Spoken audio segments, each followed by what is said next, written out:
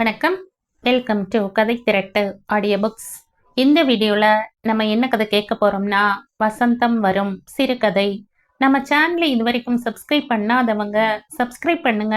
பக்கத்தில் இருக்கிற பெல் ஐகானை கிளிக் பண்ணி ஆல்ங்கிற ஆப்ஷனை ப்ரெஸ் பண்ணுங்க. ஸோ தட் நான் போடுற கதைகளை உடனுக்குடனே நீங்கள் கேட்கலாம். வாங்க கதைக்குள்ளே போகலாம். ஒரு மூட்டை துணி. அப்பா, அம்மா, பெரிய அண்ணன், சின்ன அண்ணன், அண்ணி அத்தனை பேரும் காலை குளியலுக்கு பின்னர் களைந்து போட்டுவிட்டு போன அழுக்கு துணிகள். சோப்பு தூள் போட்டு இரும்பு வாளிகளில் நனைத்து வைத்துவிட்டு வீட்டை பெருக்கி துடைத்து எல்லோருக்கும் மதிய உணவு தயாரித்துவிட்டு கிணற்றடியில் தோய்க்க போனவள். அவைகளை தோட்டத்து வேப்ப மரங்களுக்கிடையே கட்டப்பட்டிருந்த கொடியில் பிரித்து உலர்த்திவிட்டு உள்ளே வருவதற்குள் பொழுது உச்சியை எட்டிவிட்டிருந்தது. தாகம் நாக்கை வரட்டியது. கனமான வாளிகளை தூக்கியதாலோ என்னவோ அவளுக்கு வழக்கமாக வரும் நெஞ்சுவலி இன்று கொஞ்சம் அதிகமாகவே வந்துவிட்டது. வைத்தியர் வலிக்காக கொடுத்திருந்த மாத்திரைகளில் ஒன்றை கையில் எடுத்துக்கொண்டாள். மூலையில் இருந்த மண் பானையில் இருந்து டம்ளரில் நீரை முகந்து வாயில் ஊற்றிக்கொண்டு முதலில் மாத்திரையை விழுங்கினாள். பின்னர் தாகம் அடங்கும் வரை டம்ளர் தண்ணீர் பூராவையும் குடித்தாள். சில்லென்று விளாமிச்சு வேர் மனத்துடன் தண்ணீர் அந்த வெயிலுக்கு குடிக்க சுகமாகத்தான் இருந்தது. ஒரு நொடி பொழுது சுகம். அதை அவள் அனுபவிப்பதை கூட அண்ணியால் பொறுக்க முடியவில்லை. அதுவரை வாயித்தெண்ணையில் எதிர் வீட்டு பெண்ணுடன் பல்லாங்குழி விளையாடி கொண்டிருந்த அண்ணி பொழுதை வெட்டியாக கழித்து கொண்டிருந்தவள் இப்போது அதட்டி கூப்பிட்டாள். தரணி, மாமா, உங்க அண்ணார் எல்லாரும் கடையில இருந்து வராங்க. கோயிலுக்கு போன அத்தை கூட திரும்பிட்டாப்ல தெரியுது. எல்லாரும் பசியா இருப்பாங்க. சீக்கிரமா தட்டுக்களை கழுவி மேசையில வை.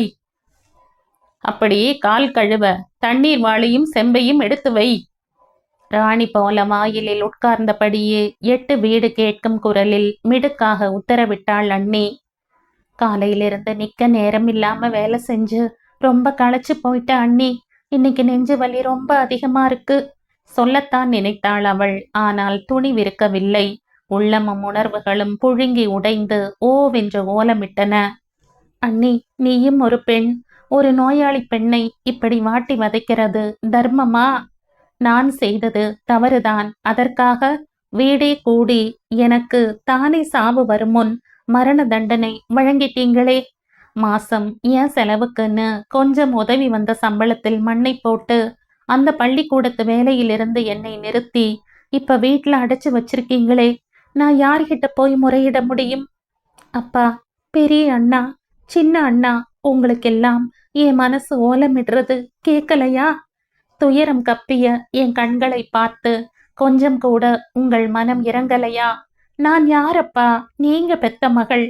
அண்ணா, நான் உங்கள் ரத்தத்தின் ஒரு பகுதிங்கிறதை மறந்துட்டீங்களே. உங்க உயிர் துடிப்பின் ஒரு துளி நான் என்பது புரியலையா? உறவுங்கிற சங்கிலியில் நானும் ஒரு பிணைப்புங்கிறத மறந்து ஊராருக்கு மதிப்பு கொடுத்து என்னை இப்படி கொடுமைப்படுத்திட்டீங்களே. நியாயமா? பாவம் அம்மா. ஜாதகம் பார்த்தவர் சொல்லிவிட்டதை நம்பிக்கொண்டு விட்டாங்க. சீக்கிரம் கல்யாணம் பண்ணினால் உடம்பு குணமாகிவிடும் என்று சொல்லிவிட்டார் ஜோசியர். பரிசோதித்து பார்த்த டாக்டர் சொன்னார், அறுவை சிகிச்சை உடனடியாக செய்தாகணும். தள்ளி போட்டு கொண்டு வந்தால் நல்லதல்ல. அம்மா ஜோசியரைத்தான் நம்பினாங்க. அறுவை சிகிச்சையில் மகள் செத்து விடுவாளோன்னு பயம். பகவதி அம்மன் கோயிலுக்கு போய் நித்தமும் பிரார்த்தனை செய்து கொண்டு கோயிலை பல முறை வலம் வந்துவிட்டு வேகாத வெயிலில், தாயே, என் மகளுக்கு தாலி பாக்கியம் தா, உனக்கு தங்கத்திலே தாலி செய்து போடுறேன் என்று லஞ்சம் பேசி கெஞ்சிவிட்டு வராங்க. அறுவை சிகிச்சையை பற்றி தெளிவாக கேட்டு தெரிஞ்சுக்க ஒரு வாரம் சென்னைக்கு அம்மாவோட பெரிய டாக்டரை பார்க்க போயிருந்தாள் தாரணி. அப்பா ஊரில் இல்லை. அம்மாதான் துணையாக போக வேண்டியிருந்தது. அதற்குள் கிராமத்தில் அவர்கள் வசித்த தெருவில் வேறு ஒரு விபரீதமான கதை பரவி விட்டிருந்தது. தாரணி எதுக்கு சென்னைக்கு போயிருக்கா தெரியுமா? அவளுக்கு 3 மாச கர்ப்பம். அதை கலைக்கத்தான் தாய் மகளை இழுத்து கொண்டு போயிருக்காள். காரணம் யார் தெரியுமா? அவ வேலை செய்யற பள்ளிக்கூடத்துக்கு அருகே இருக்கிற பெரிய தெருமுனை வீட்டுல குடியிருக்கானே கேசவன். அவன்தான். வியப்பா இருக்கா? கேசவன் பெண்ஜாதி, மல்லிகா தான் சொன்னா. படாபழிகளை கேட்டு ஒரு இளம் பெண் மனம் நொறுங்கி போவதைப் போன்ற கொடுமையானதொரு விஷயம் உலகில் வேறு ஒன்றும் கிடையாது. முதலில் அந்த தெருவில் ஆரம்பித்த கதை இப்போது ஊரே பரவிவிட்டிருந்தது. கேடு கெட்டவளே, உன்னால எங்களுக்கு கடை தெருவுல தலையை காட்ட முடியல. நீ செத்து ஒழிஞ்சு போயிருந்தாலும் நிம்மதியா இருந்திருப்போம். அண்ணன்கள் இருவரும் அவளை போட்டு அடித்த போது சுருண்டு மயங்கி விழுந்து விட்டாள். அப்பப்பா, அந்த நாளை நினைத்தாலும் உள்ளமும் உடலும் ஒருங்கே நடுங்குகிறதே. பாவம் அம்மா, பெற்றவள் அல்லவா, ஓடி வந்த மகளை வாரி அணைத்து கொண்டாள். அதை கண்டு ஆத்திரப்பட்ட அப்பா கீழ் பல் உதட்டை கிழித்து ரத்தம் முகவாயில் பெருகும் அறை. அம்மாவை எப்படி ஓங்கி பேயாக அறைந்து விட்டிருந்தார். அன்று வீடே அமர்க்களப்பட்டு விட்டதை அவள் இந்த அல்ப உயிர் துடிக்கும் வரை மறக்க முடியுமா? மனிதாபிமானமே இல்லாது இருதய நோயாளியாகிய பெண்ணை மிருகம் போல் தாக்கிய அவர்களது செயலைத்தான் அவள் மன்னிக்க முடியுமா? நடையில் காலடி சப்தம் கேட்டது. நினைப்பின்றி தாரணி விழித்து கொண்டாள்.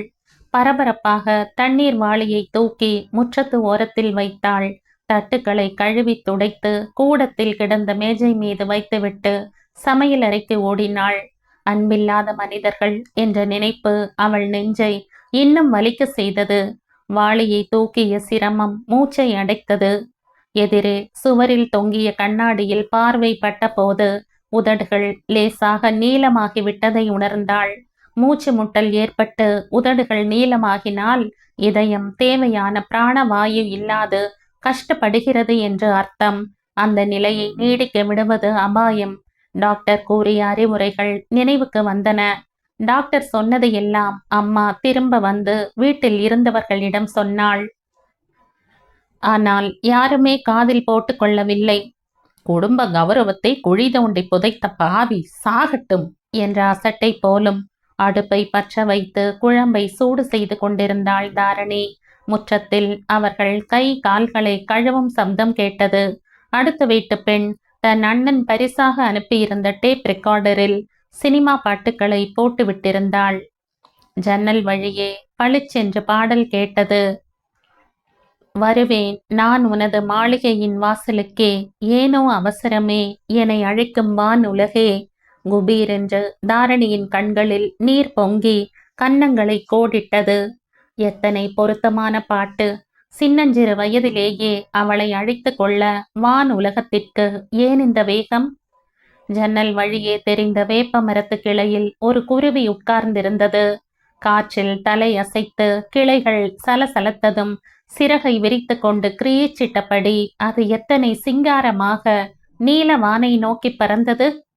அந்த வீட்டு மதில் சுவரை தாண்டி காற்றிலே ஆடிய போகன் வில்லாவின் சிவப்பு பூக்கள் எத்தனை அழகாக இருந்தன. அம்மா பிரசாத தட்டுடன் உள்ளே வந்தபோது தட்டில் இருந்த மல்லிகை பூவின் மனம் அப்பப்பா எத்தனை இனிமையாக இருந்தது.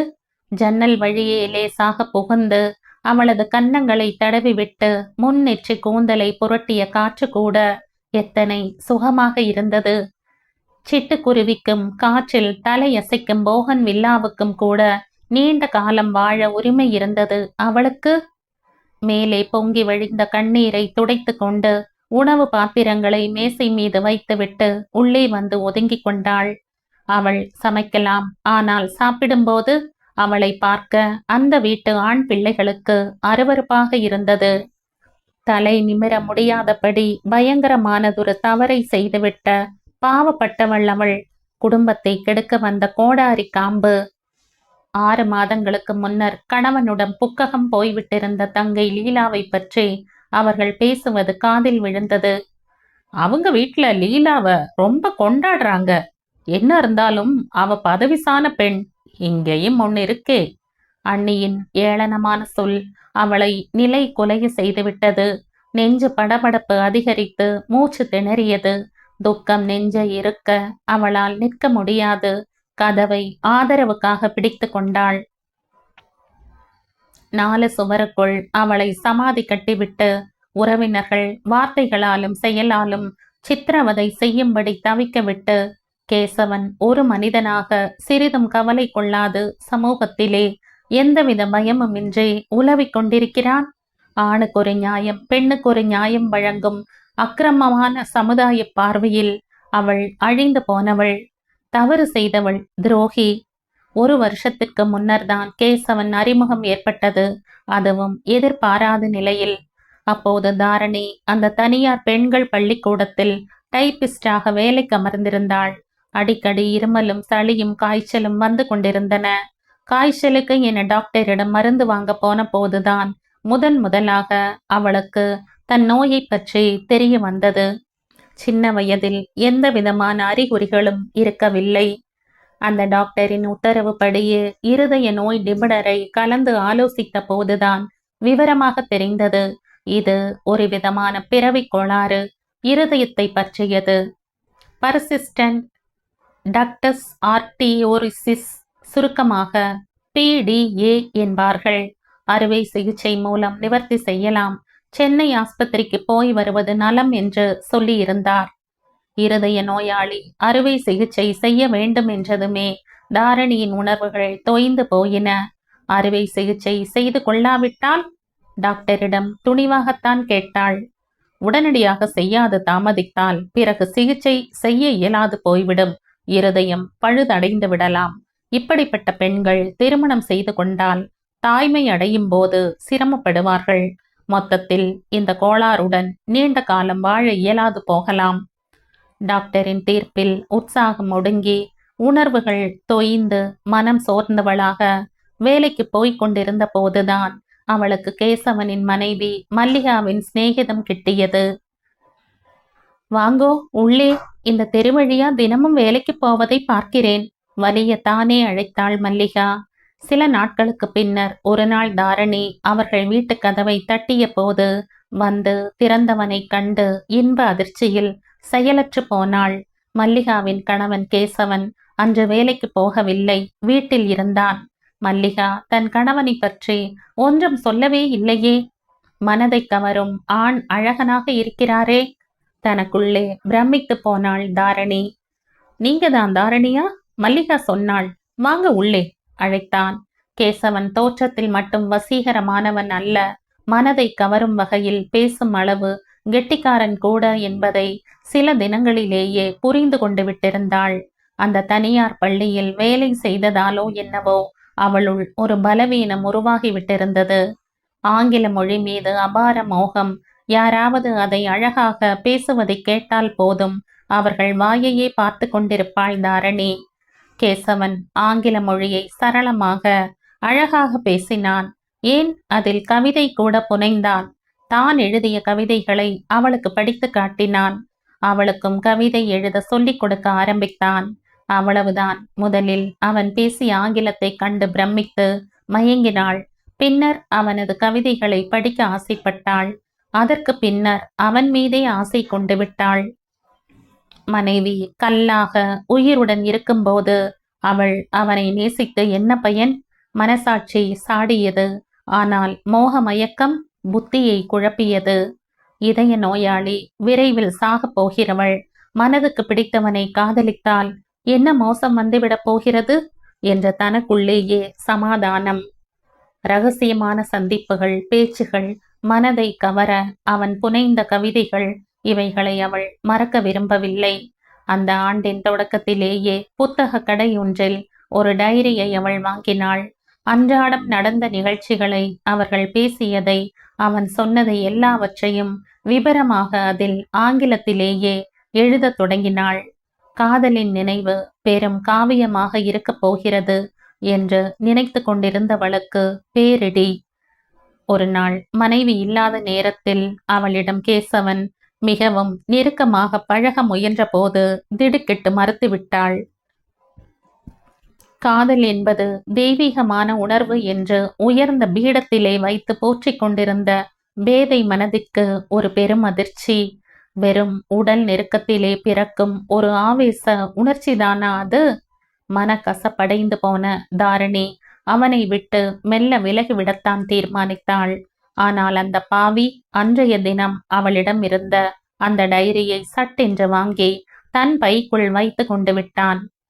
கேசவன் ஒரு கவிஞன் அல்ல, பெண்களை ஏமாற்றும் கயவன் என்பது பின்னர்தான் முழுவதும் புரிந்தது. என்னை தனியே சந்தித்தால்தான் டைரியை திருப்பித் தருவேன், இல்லாவிடில் உன் அப்பாவிடம் கொடுத்து விடுவேன் என்று அவன் பயமுறுத்தியதும் தாரணி உண்மையில் பயந்து விட்டாள். ஒரே ஒரு தடவை உன்னை மறுபடி தனியே சந்திக்கிறேன், டைரியை கொடுத்துவிடு என்று கெஞ்சிவிட்டு ஒப்புக்கொண்டாள். அந்த சந்திப்புதான் அவளது சரிவுக்கு காரணமாகியது.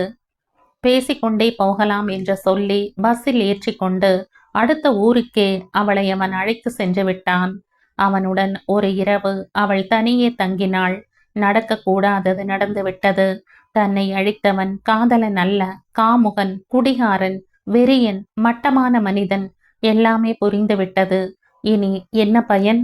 தாரணியை இரண்டாம் மனைவியாக ஏற்றுக்கொள்ளப் போவதாக மனைவியிடம் குடி போதையில் பேசிவிட்டிருக்கிறான். எந்த மனைவி பொறுப்பாள்? அந்த டைரியை அவனிடமிருந்து பிடுங்கி வைத்து கொண்டு மல்லிகா இப்போது தன் தோழியை பழிவாங்க தொடங்கிவிட்டாள்.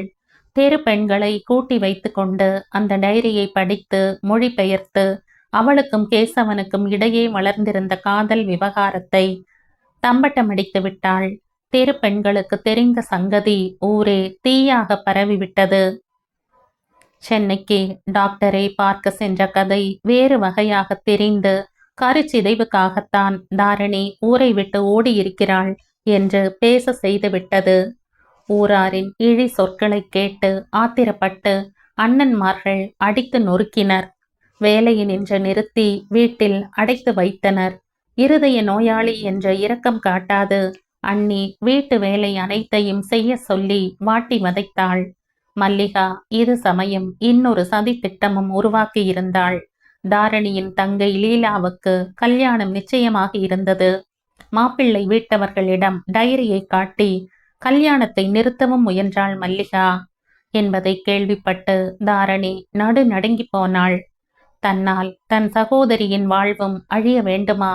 இதற்கு முடிவு தற்கொலை செய்து கொண்டு விட்டால் எல்லாவற்றிற்கும் முற்றுப்புள்ளி வைத்து விடலாமே. ஆனால் அதிசயமாக லீலாவின் கல்யாணம் எந்தவித தடங்களும் இன்றி இனிதே நடந்தேறியது. சாப்பிட்ட பின்னர் அப்பா, அண்ணன் முதலானவர்கள் முன்னறையில் அமர்ந்து இளைப்பாறிக் கொண்டிருந்தனர். எல்லோருக்கும் உணவு பரிமாறிவிட்டு கடைசியாகத்தான் தாரணி சாப்பிட்டாள். இனி இந்த உடலுக்கு சோறு ஒரு கேடா என்றவரை மனம் கசந்து விட்டிருந்தது. 4 மணி அளவில் அண்ணா முதலானவர்கள் கடையை கவனிக்க புறப்பட்டு விட்டனர். அம்மா அருகில் இருந்த கோயிலுக்கு வழக்கம் போல மாலை பூஜையை பார்க்க போய்விட்டிருந்தாள். அண்ணி அடுத்த தெருவில் இருந்த சிநேகிதியிடம் வம்பு பேச சென்று விட்டாள். தாரணி மட்டுமே தனியே வீட்டில் இருந்தாள். கதவு லேசாக தட்டப்பட்டது. திறந்தபோது அந்த தனியார் பள்ளியின் தலைவி செல்லம்மாள் வெளியே நின்று கொண்டிருந்தாள். வாங்கோ, உட்காருங்கோ, பரபரப்புடன் உபசரித்தாள் தாரணி. உட்கார அதிக நேரமில்லை. உன்னிடம் ஒரு முக்கிய விஷயம் சொல்லிவிட்டு போக வந்தேன். நான் டாக்டர் வேதமூர்த்தியை நேற்று பார்த்தேன். அவர் சொன்னார், நீ வீணாக கால தாமதம் செய்யாது சென்னை டாக்டர் சொன்னபடி உடனடியாக அறுவை சிகிச்சை செய்து கொள்ள வேண்டுமாம். உடனே சென்னைக்கு நீ போவது நலமாம். PDA என்னும் இருதய கோளாறு மற்றவைகளுடன் ஒப்பிடும்போது அத்தனை ஒரு பயங்கரமானதல்லவாம். சுலபமாக அறுவை சிகிச்சையால் குணப்படுத்திவிட முடியுமாம். நீ அதற்கு பின்னர் ஆரோக்கியமாக மற்ற பெண்களைப் போல திருமணம் செய்து கொண்டு தாய்மை ஏற்று நீண்ட காலம் வாழ முடியுமாம். உன்னிடம் சொல்ல சொன்னார். அம்மா, நான் வாழ வேண்டியது அவசியமா? வாழ்க்கை வாழ்வதற்காகத்தான், சாவதற்கல்ல. உனக்கு எங்கள் பள்ளியின் மூலம் அறுவை சிகிச்சைக்கு ஏற்பாடுகள் செய்ய திட்டமிட்டிருக்கிறோம். இது ஊனமுற்றோர் ஆண்டல்லவா?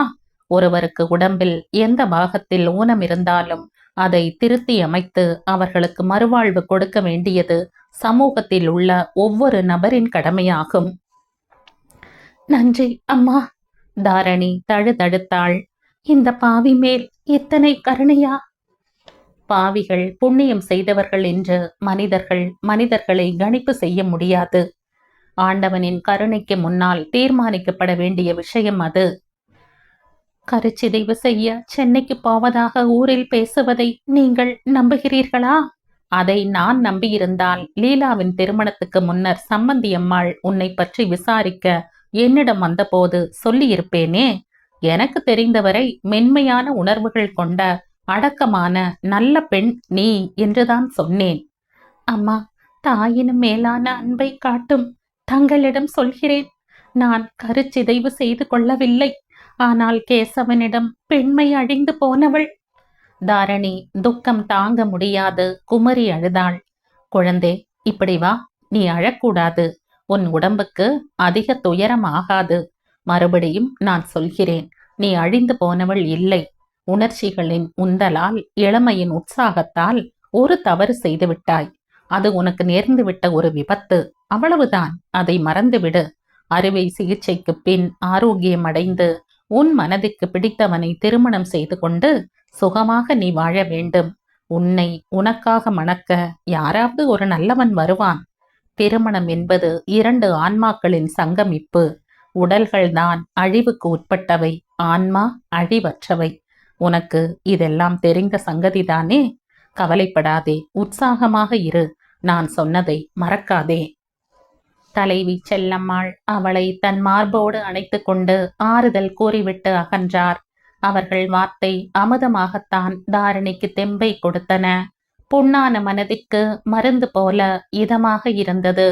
அலமாரியில் அடுக்கி வைத்திருந்த புத்தகங்களிலிருந்து பாரதியாரின் கவிதை கொத்தை உருவி எடுத்தாள் தாரணி.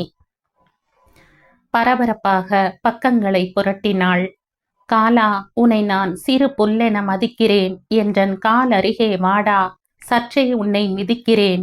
அட வேலாயுத விருத்தனை மனதிற் பதிக்கின்றேன். நல்ல வேதாந்த முறைத்த ஞானியார் தமை எண்ணி துதிக்கின்றேன். தாரணிக்கு இப்போது சமூகத்தை பற்றியோ மரணத்தை பற்றியோ பயம் இல்லை. அவள் அறுவை சிகிச்சை செய்து கொண்டு நீண்ட காலம் ஒரு நல்லவன் மனைவியாக வாழப்போகிறாள். தாரணி, நீ நம்பிக்கையை இழக்காதே.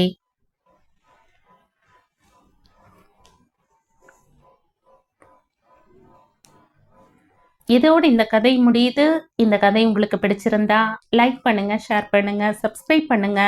மற்றும் ஒரு இன்ட்ரெஸ்டிங்கான கதையோட அடுத்த வீடியோல சந்திப்போம். பை. தேங்க்யூ.